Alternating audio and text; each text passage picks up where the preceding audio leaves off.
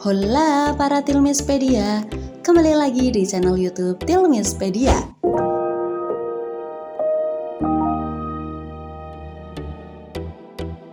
Suku Jawa dan suku Sunda adalah suku bangsa di Indonesia yang hidup berdampingan khususnya di Provinsi Jawa Tengah bagian Barat yang meliputi Kabupaten Cilacap dan Brebes, serta bagian timur Provinsi Jawa Barat yang mana mayoritas suku Jawa di Jawa Barat banyak menduduki Kabupaten Ciamis, Cirebon, dan Pangandaran. Dalam penjelasan kutipan Wikipedia, suku Jawa, seperti kebanyakan kelompok etnis Indonesia yang lain termasuk masyarakat Sunda, masyarakat Jawa merupakan bangsa Austronesia yang leluhurnya diperkirakan berasal dari Taiwan dan bermigrasi melalui Filipina untuk mencapai Pulau Jawa antara tahun 1500 hingga 1000 sebelum Masehi. Penyebaran suku Jawa yang asli tinggal di Jawa Tengah, Daerah Istimewa Yogyakarta, dan Jawa Timur. Namun, ada pula suku Jawa asli yang tinggal di antara Kabupaten Jawa Barat dan Jawa Tengah. Di luar Pulau Jawa seperti Provinsi Lampung, banyak warga asli Jawa yang tinggal di provinsi ini. Berdasarkan Badan Pengawasan Keuangan dan Pembangunan BPKP, suku Jawa di Provinsi Lampung mencapai persentase 62% di tahun 2023. Suku Sunda berasal dari keturunan Austronesia, ras Mongolit atau ras yang tersebar dari Taiwan hingga Hawaii yang berada di Taiwan. Kemudian mereka bermigrasi melalui Kepulauan Filipina sampai tiba di Jawa sekitar 1500 hingga 1000 sebelum Masehi. Penyebaran suku asli berada di Provinsi Banten, Jawa Barat, dan wilayah Jawa Tengah bagian Barat. Secara umum, orang Jawa, Sunda, dan Bali merupakan keturunan campuran bangsa Austroasiatik dan Melanesia yang lebih dulu berdiam di Pulau Jawa dan Bali. Kemudian bercampur baur dengan pendatang penutur bahasa Austronesia yang datang pada milenium kedua sebelum Masehi. Kali ini, Tilmispedia tidak membahas lebih mendalam dari kedua suku, melainkan pantangan suku Jawa, suku Sunda dalam pernikahan. Seperti yang dilansir dari sonora.id, banyak mitos yang beredar di masyarakat luas jika seorang Jawa tidak boleh menikah dengan orang Sunda. Benarkah demikian? Istilah tersebut sepertinya sudah turun-temurun dan dipercaya oleh beberapa orang. Meski begitu, tak sedikit yang menjadi sebuah perdebatan dan kontroversi yang berkembang di tengah masyarakat. Lantas, apa alasannya mengapa wanita Jawa tidak boleh menikah dengan lelaki Sunda? Seorang pria Jawa sebaiknya tidak menikahi perempuan Sunda karena sebuah alasan. Hal ini terkait dengan orang zaman dahulu percaya kalau seseorang yang menikah maka harus memilih calon yang berasal dari satu bangsa yang sama.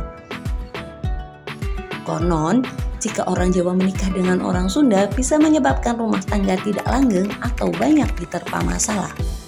Meski begitu, faktanya, tak sedikit pula pria Jawa menikah dengan perempuan Sunda dan hubungannya tetap langgeng hingga saat ini. Mitos ini berawal dari pengalaman masa lalu ketika tragedi Perang Bubat pada 1357 Masehi atau abad ke-14. Kala itu, Hayam Wuruk dari Kerajaan Majapahit hendak mempersuting Dyah Pitaloka Citaresmi, putri Prabu Linggabuana dari Kerajaan Galuh, Sunda. Hayam Wuruk jatuh cinta pada Dyah Pitaloka karena sebuah lukisan karya Sungging Prabangkara.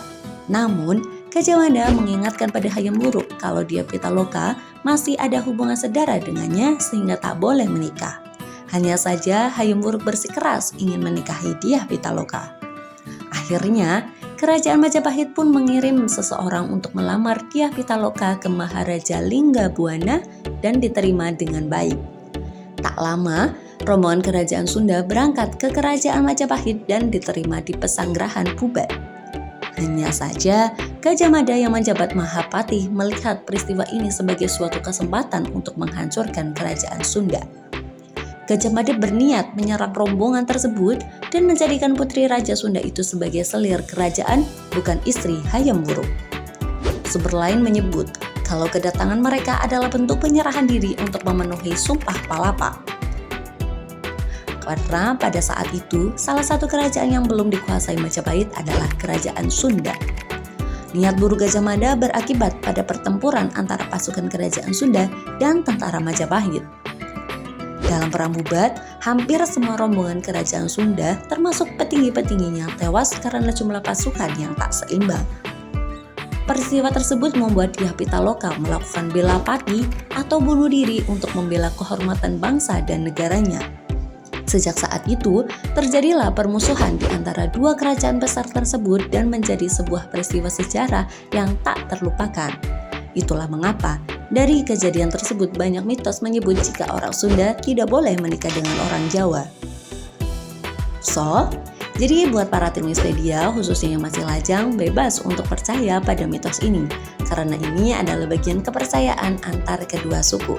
Selagi sama-sama baik dan cocok, bukan masalah jika pernikahan kedua suku terjalin. Tentunya ini hanya penjelasan dari mitos. Ingat perkataan dari beliau Gus Miftah? Ingat ya bro ya, pasangan terbaik itu adalah bukan pasangan yang datang dengan segala kelebihannya, tetapi yang tidak meninggalkan kita dengan segala kekurangannya. Maka para kalian yang jomblo segeralah menikah. Kenapa? Karena Dajjal dalam keadaan jomblo. Semoga bermanfaat. Kurang dan lebihnya komen aja di kolom komentar. Jangan lupa like, subscribe, and share. Follow juga media sosial kami di TikTok dan Instagram. Sampai jumpa.